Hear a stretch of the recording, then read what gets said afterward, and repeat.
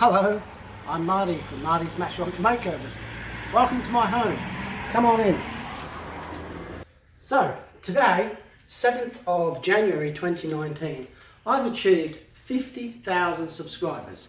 So in celebration of that, I'm now letting you inside my home to show you the room where Marty's Matchbox Makeovers takes place. Hi, come this way. So here is the room where I film all my YouTube videos. So, my wife and I call this the hobby room. I share it with my wife. She's into patchwork, needlework and embroidery. So this is her section here, and the rest of it is mine.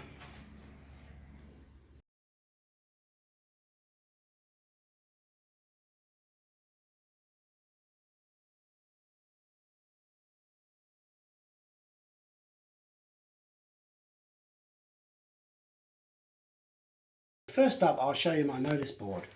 This is where I keep all my notes to remind me of things I've got to do. I've got a donor section here, which has got notes about people that have donated vehicles for me to do up. I've got some business cards here that I made, not that I'm running a business. I've got some decals.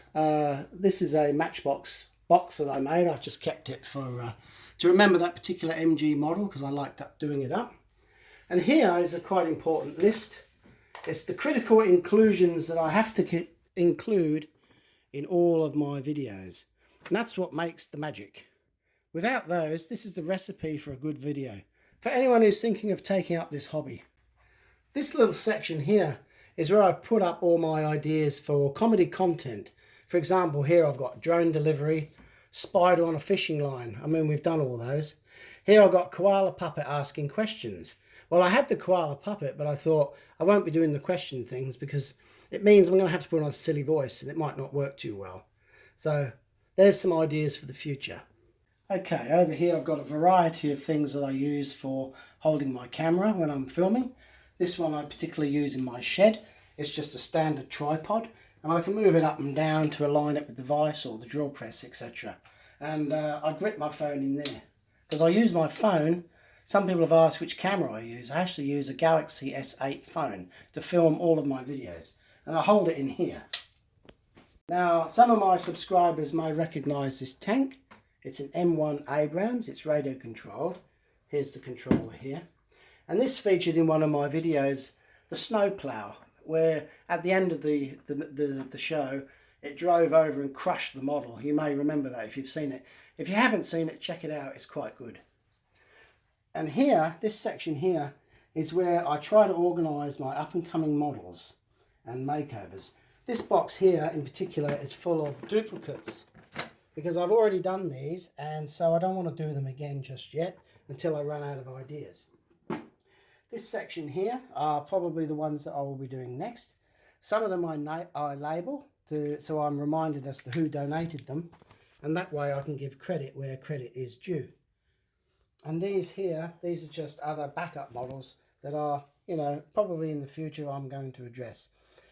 This box under here has some models that are not my particular genre. There's Hot Wheels, there's Super Fast, there's Corgi. There's a variety in there that I'm not quite ready to do. Like this, for example, is a Corgi Mini. And it's not my genre. I'm trying to concentrate on the older Matchbox vehicles at the moment. But maybe one day when I get bored, I might do that. Maybe do it up like something from the Italian Job or something like that. This model here is a particularly unusual model in that it's a Corgi James Bond Aston Martin. I'm doing this as a special request from someone from the USA. It was their childhood toy and they wanted me to restore it. So I'm waiting on spare parts for that. I'm doing this because I actually had one of these when I was a kid also, and it brings back such fantastic memories. This is the one that has the ejection seat that fires out the top. And obviously the bad guy's missing because that's the first thing that goes missing as it shoots across the lounge room on Christmas morning. So I shall be doing that one up as soon as I get the spare parts. This here is a diorama that I did of a Panzer III. Unfortunately, I got the wrong sign made up. It says Panzer IV, so ignore that bit. All this wheat here I made by hand with brush bristles and sawdust and white glue. And it took me a couple of weeks to put those all in individually. Here's a scratch-built wagon wheel that I made from toothpicks. I boiled them in hot water and bent them around a socket. So that's how I made that. And that took me quite a while, a few weeks, maybe even a couple of months to do that. So here on the wall it was a rather blank canvas, so we decided to fill it in with a couple of poster prints. And here's a couple of front page newspaper headlines that I've used in my spray booth. I quite like these too, so I thought I'd just frame them up and stick them on the wall as a little bit of decoration. Okay, this is sort of a random section here. I've got a few bits and bobs. This is my guillotine, where you may remember I cut my fingers off in one of the videos. As you can see, they've grown back. Here's my drill set, Allen keys and taps. And these are the little screws, the M2 screws that I use when I put the bases back on. So I've got heaps of those to be going on with. There's a few spare parts in here. Oh, that's a bag of little people. I don't know what I've got those for. This is a spare set from the Rent-A-Set television van, if you're familiar with that one.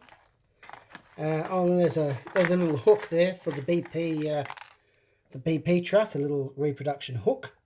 So I've got a couple of little bits and bobs there. There's some araldite in there. These are what I used to use when I first started out for holding the model for spray painting. I've since upgraded to these, which are like surgical forceps where they lock together. That was a great idea from one of my subscribers, so thank you for that. I haven't looked back since I've got those.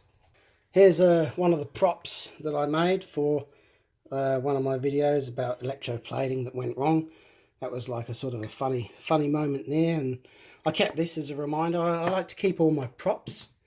These are a selection of various decals that I've printed out and kept. I've got some Coca-Cola ones, all sorts in there, radio rentals, Denver fire truck. I bag them up in these little, I suppose you'd call them deal bags, I don't know, and keep them for future use. And maybe somebody might want one day, in which case you can email me and I'll let you have them for a couple of bucks. Right, these here are a fantastic thing, best thing I've ever bought. A little bit mucky.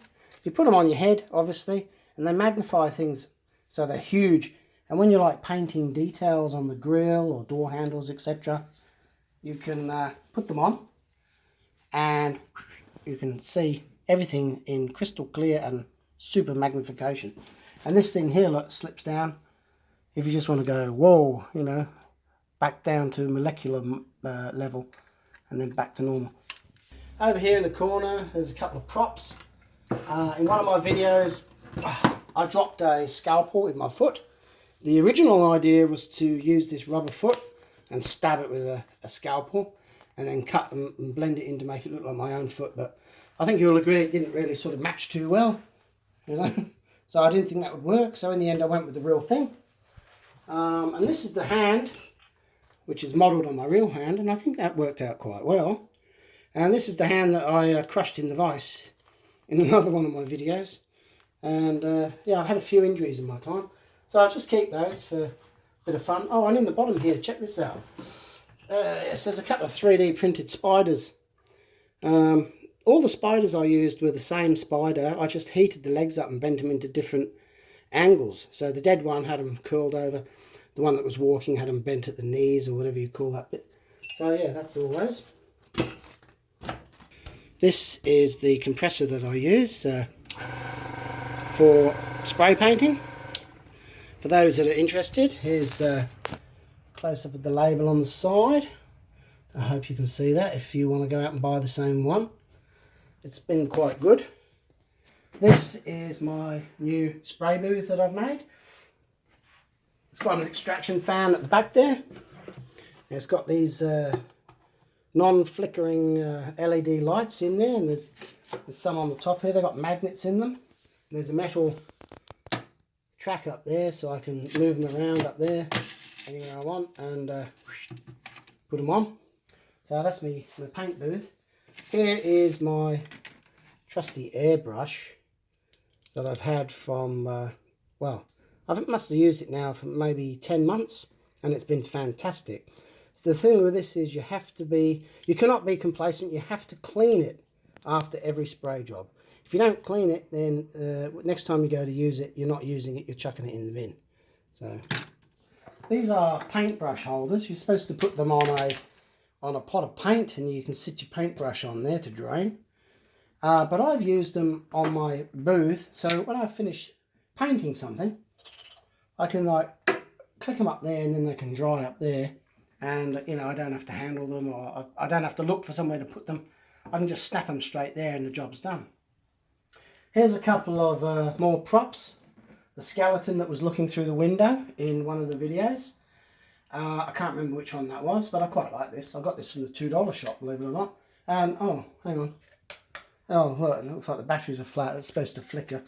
Never mind. It's supposed to glow inside. And of course, we all love Kevin. Kevin the koala. Do you remember him? He's here.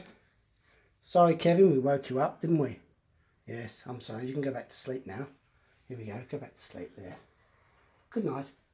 Okay, this section here is basically the workbench, where I keep all my tools and paintbrushes, etc. And there's a lot of stuff here. I'd hate to think how long it's taken me to accumulate all these things, but probably a couple of years. This here is something rather cool that I made. Let me just show you how it works. Regarding this little piece of apparatus, this I made from Lego, yeah? And the reason I made it was because I wanted to have the same image at the end of every movie. Sorry, I wanted the same image at the beginning and at the end of every movie. So this is what I devised. I have here a template where I put my turntable, which is where the models turn, remember, like that. And then I made this Lego stand for my phone, which is the camera I use. So I put this Lego stand here in between the guidelines, and then when I put my phone in here and switch it on, I get a perfect view, the same every single time from now on. So it gives consistency to my videos. Right, here I have a lump of polystyrene, which is really handy for, oh, maybe not that, but for sticking things in, like knives and razor blades and that. So I use it and then boof, back in there without even thinking about it, which is great. This section here is all my variety of cutters, pliers and tweezers. These are the best tweezers I've got. They're eyebrow tweezers. They're pink because I think they're feminine, and I can't remember where I got this from. This here is JB Weld. Somebody recommended this to me. I had to order it from the USA.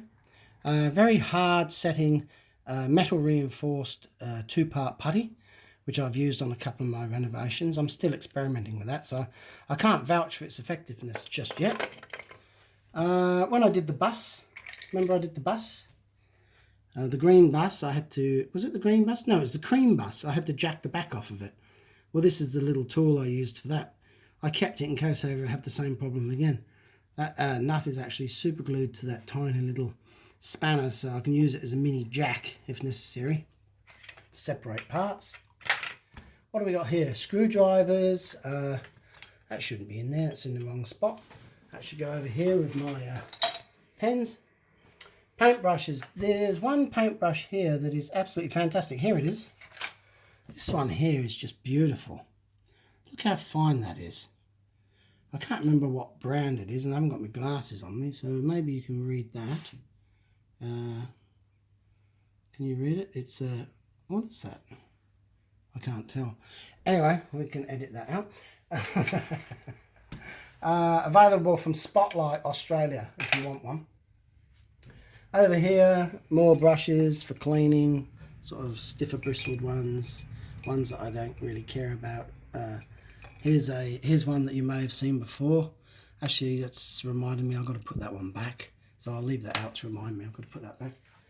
Okay, camera stands. You can never have enough camera stands, right? The more variety you got, the more variety of shots you can get. So this one here, for example, although I said I used it in the shed, I also use it on the table from time to time by shrinking it down to tabletop size, like this. I'm sure you're all familiar with how tripods work, but I'll just sort of demonstrate it. And then over here I can show you the variety of stands that I have in my collection. So I've got this one where I can do overhead pan long distance shots. I've got these helping hands that I grip the phone in for close-up shots if I want to highlight some details. This one here is just a random one that I made from a bracket and some odds and ends. I can just sit my phone on there, take some shots if necessary. It's a good, quick, no-fuss solution, and you know what you're going to end up with. Here's another one. This is marvellous. This is the most used one. Sit my phone in there, lock it in, and then this can zoom in, zoom out, turn around, go all sorts of directions. I recommend you get one of those because it's the most important piece of equipment I have, I think. I don't know if any of you noticed, but I made my own mug. Bit egotistical of me, but there you go. Just a little bit of branding there for a bit of fun. Rubber gloves, always important to protect your hands. As you know, I've got beautiful, delicate hands. What do we got here? Oh, look at this. This is a great tool when I'm doing the 3D modelling, you know. If I need to make this part, for example, I can open it up. Oh, hang on, what the hell? Why is that jammed? Hang on, we've got an outtake coming here. Why is that jammed? That is ridiculous. That's... Oh, there we go. I must have spilled some super glue on it or something. So anyway, yeah, if I want to measure something, well, first off you zero it.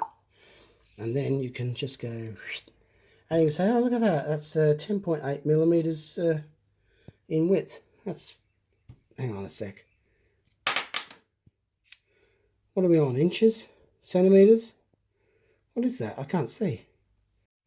A man for one of my models. I wanted one man. I had to buy like 50 for like $2 from China. And started painting them up. There's... that's Michael the milkman. I don't know if you've seen him yet. He gets knocked over by Kevin the koala in one of my shows. This bloke here, I don't think he's featured in anything. Anyway, I play around with those. They're a little bit of eye candy maybe for the end of the video. Now this here is an unusual model. It's Alvin Stalwart, it's called. And this is going to be on my next video that I should be uploading within the next couple of days. It's nearly finished. I've just got to finalise the video cut and then edit it and put it to air. So you've got that to look forward to. What else have we got over here? We got oils, lubricants, food dye. I won't let you know what that's for because that's a secret coming up in a new video soon. Water for decals, some penetrant oil that I saved for loosening of rusted parts. There's a little torch, toilet paper, scissors, pens, pocket knives, screwdrivers, clamps, knives, sockets, brushes, all sorts of stuff that you need. This here is my little wheel cleaning rig where you place a wheel on there and then you can clean it with brake fluid if it's got paint on it, etc. So that's pretty handy. So what else have we got here in this box? Well, in here we've got a variety of tiny little hobby files. Curved ones, straight ones, round ones, flat ones, triangular ones, etc. That's a lump of metal. Here, these are quite handy. Recommend you get some of these. Dental tools. A variety of dental tools for removing remnants of paint. They're quite handy. And to go with the dental tools, I've got this awesome dental light here. And you can switch it on. It does cause a bit of flickering on the movie sometimes. And it's got this huge magnifying lens in the top of it, which is just absolutely brilliant. With the light and the magnifying lens. This again, I said that was my best bit of kit, but this here is a second, very close second best. So switch that off.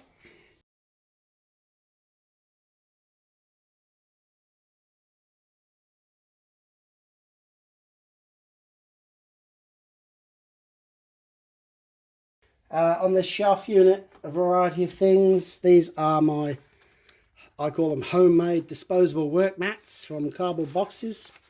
I just chop them up, and I like to have a clean work area, so put that down there. You've got a lovely clean work area to work on. You can concentrate on that part. These are some bits and pieces for making of dioramas and the end scene pictures that I do.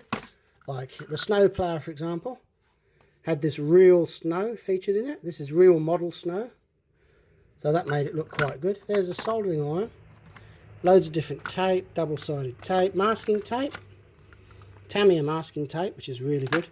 These shot glasses, you can't get enough of them. Every restoration I use about 10 of these, so I'm continuously buying those. Here's some paint and thinners. This is my spare supply of coffee stirrers. I use these, I snap them in half, and I use those for blending my paint and thinners.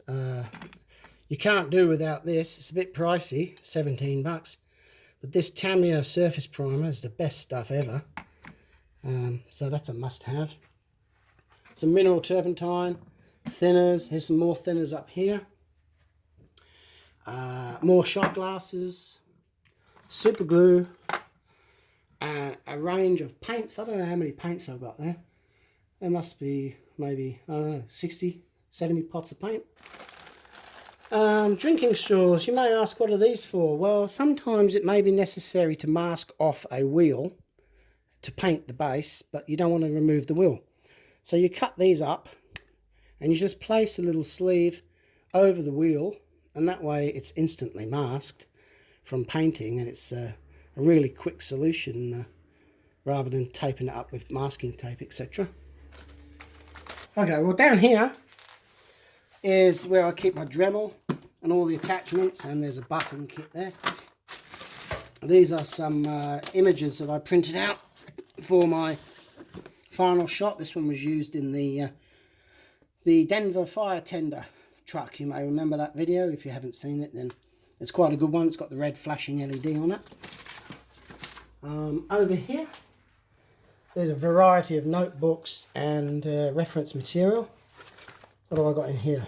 Oh, that's the empty notebook. I haven't started that one yet. If you're going to be doing up Matchbox cars, this is a must-have also. It's a fantastic publication by Roger Darkins. It's available for free online, and it's got in here every Matchbox 1 to 75 series vehicle ever built. It's great reference, year, different types, some values as to what they're worth. It's a little bit outdated now, but it still gives you an idea of what the most expensive ones are, if you're into that. Here's some more reference materials there. This here is a little notebook where I just make notes here, like the Jeep tyre. This was for the 3D printing. I've got all the measurements there. Some notes for the Jeep. What else have we got? Here we go. It's not all about the destination, but also about the journey getting there. Words of wisdom. And here's one my wife wrote in here. Sorry, I'm such a wanker. Oh, she's funny. Yeah, so there's all sorts of notes in here. This is for my Alvis Stalwart rear canopy, 3D printing. You haven't seen that one yet. That's going to come up soon. And I've got all these other notes about other vehicles that I've yet to do, what I need to do, next model, Daimler ambulance, etc. So that's important. Try and have a plan. So here's all my newspaper clippings. I don't want to spoil it for you because they're part of the fun. But for example, this one here, this will feature sometime in the future. Sunday Sport, Adolf Hitler was a woman. There you go. That's a front page headline there. Over here I've got a few spare parts that I've printed off. Actually no, those are genuine spare parts. What have we got here? The ladders for the fire engine. Loads of tyres and more ladders. Oh, the old steering wheels for the tractor. Barrels. More wheels. Oh, these are the LEDs that I used for the flashing light on the fire engine. So just bits and bobs in here. Can't really remember what's in these. Oh, there's a spare canopy for the Mercedes truck. Yeah, anyway, you get the idea. And these three models, they don't look like your standard Matchbox model, do they? But they actually are Matchbox models. And these were sent to me from a subscriber in the USA. And I thank them very much for that. And I don't even recall seeing these as a kid. I don't even know how they work. But, oh, there. This is a missile launcher. So it's supposed to have a missile there, and a missile there. But as usual with these models, the missiles are missing. So the missiles are missing. They're not very good missiles. So I probably will get some missiles one day somewhere and put this back to how it should be. So thank you for those. Yeah, they're Matchbox cars. You wouldn't think of it though, would you?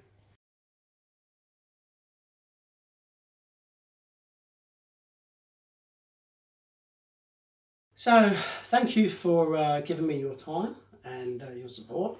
And I hope that this little introduction to my room has given you an insight into my little world, or part of it, when it comes to Matchbox restorations.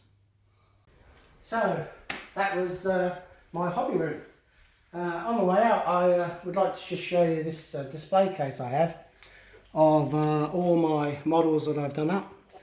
Some of them I've played around with and they've shifted, but there's quite a few here. They're all as good as I could get them. Some you will recognise and some you won't. Maybe half of these were restored before I started making video YouTube content. So I missed out on some great opportunities. This Pickford's van, for example, the blue one, that turned out really good with the grey wheels. And this Tate and Lyle sugar truck, that was one of my better ones. You should have seen that when I got it. It was wrecked. But yeah, so those are some of my collection. The ones at the bottom are genuine and have been untouched because I felt they were in such good order. They didn't deserve to be stripped down and restored. So there you go. Oh yeah, this one here. I haven't found a spot for this one yet. Somebody sent me this trailer. It's absolutely mint. And I had this, so I just joined them together. And I'm still undecided where to put them. I'm definitely not stripping those down. I'm keeping them as they are. So, thank you for coming. I hope you've enjoyed this little insight into my life and into my world. And please come again soon. I've got to go now though, because I have some Matchbox cars to restore. So, see you later. Bye.